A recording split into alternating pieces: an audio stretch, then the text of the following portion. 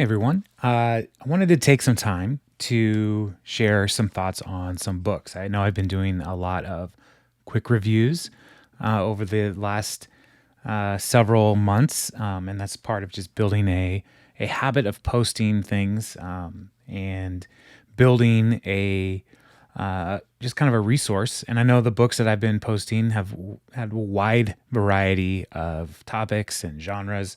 And so I wanted to create some resources that maybe could be helpful. And so as I've been building a course on preaching, one of the things that I thought was like, oh, maybe I should share some of the thoughts on some of the important preaching books that I've read in my own experience. And so I might do a series of books on preaching, 5 books at a time. And if this is something that you're interested in, please be sure to subscribe. Let me know in the comments what your thoughts are on any of these books. If you have other books that you think would be helpful, that people might benefit from reading, please share those in the comments. I know that there are many, many books on preaching, and they're great. And so today I'm going to look at these 5 books. And the first is the Homiletical Plot by Eugene Lowry, and then Small Preaching by Jonathan Pennington, and then Preaching Jesus Christ Today by Annette Brownlee, and Preaching to a Post-Everything World by Zack. And then finally, just one of the greats, Tim Keller's Preaching. And so, so just some quick thoughts on these books. And so let's start with the Homiletical Plot. This is a short book, which is one of the great things about it, because you can write really big books on preaching, but having a short, brief, concise book that doesn't have a whole bunch of extra explanatory words like I just did in that previous clause, this is a good model. Now, what the Homiletical Plot does that I really appreciate is it recognizes that humans are story creatures. We love stories, and we search out plot lines that resonate with us.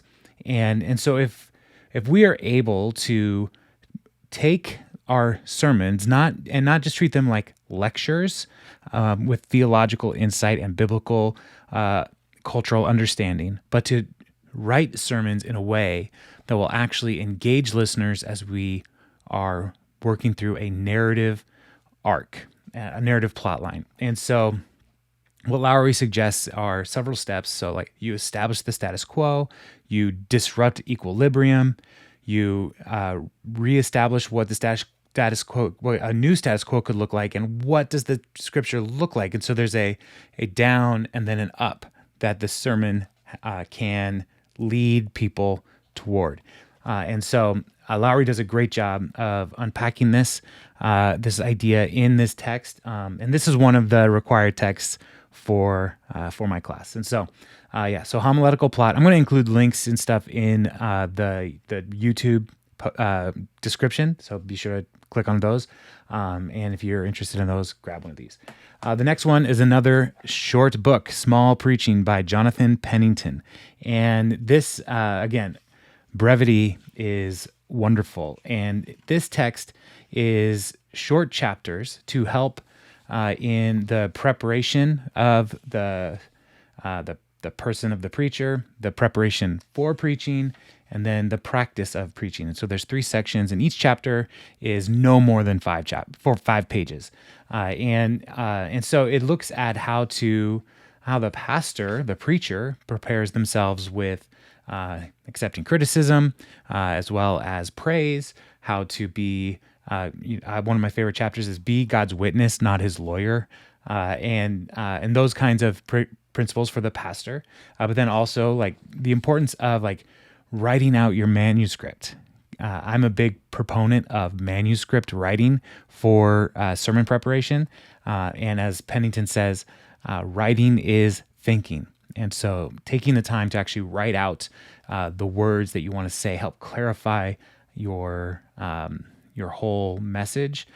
So this is a great resource. Again, this is one of the required texts for my class as well, and it's going to be a part of the conversations that people are going to have in their online forums.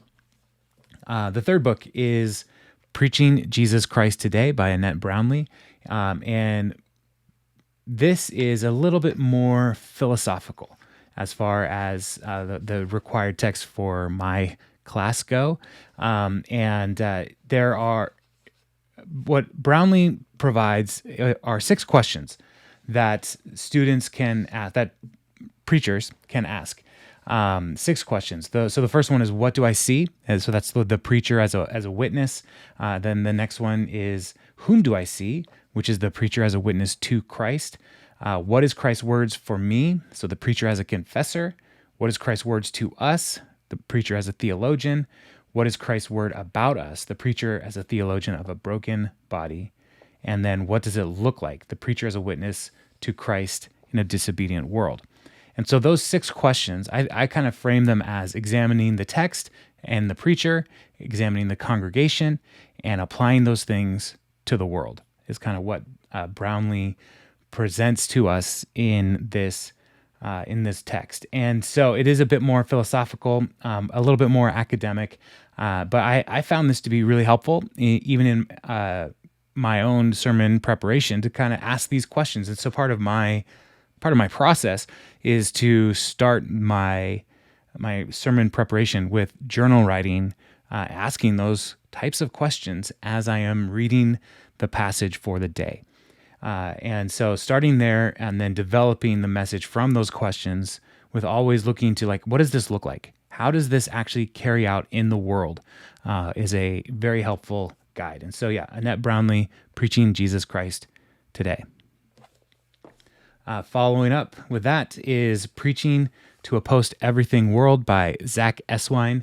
And this was attractive to me because I live in the Seattle area, and we are probably, of all of the regions of America, we're probably the closest to post-Christian. And so being in a post-everything world, there are so many questions, and even in the passages that are more sensitive for our culture, where people wonder, like, about the violence in the Old Testament, about the sacrificial system.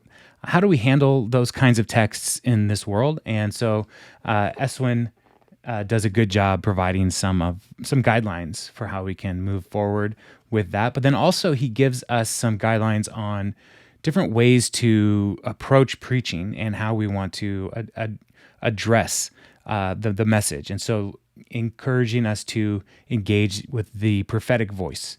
So when do we have to give a strong critique of culture and call people to faithfulness to the Lord? Like that kind of thing. And so not just like how to write a sermon, but also like how to consider the work of preaching the sermon. And so I enjoyed this book. It is a bit longer than the other 3 so far, but there is definitely some good meat in this text. I would put this up as one of the ones that has been helpful for me. And then the last one, and again, there are so many good books on preaching, and I'll probably do another one of these videos. But these are the 5 that I just wanted to start with. But Tim Keller's preaching is just such a gift. I love Tim Keller. He recently passed away, but his writing is going to endure for generations to come. I can say that with great confidence. And in this text, one of the things that I find most endearing to me, and why I come back to this one, is because he has such a passion for presenting Christ throughout all of Scripture. And that is something that, when you're preaching through books of the Bible, like I tend to do, when you are preaching in the life of Abraham, you're looking for ways to build the bridge to connect to Jesus. When you're preaching through the life of David or the kings. There's just some stories in there that are hard to say, like, here's the gospel presentation. But Keller consistently draws us back to saying, like, how do we get to the gospel? How do we get to what Jesus has accomplished for us? And that is really the purpose of every sermon, is to get us back to the gospel. We're not here just to give people information because there are plenty of ways that people can access information.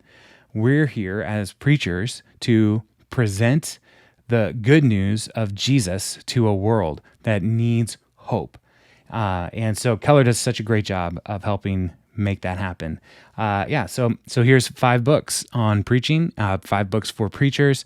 If you're interested in any of these, check out the links in the description below. If you found this helpful, then please subscribe, share this, comment, let me know what you think about these different books and any suggestions that you may have for preaching, books about preaching as well. So thank you. And look forward to hearing from you all. God bless.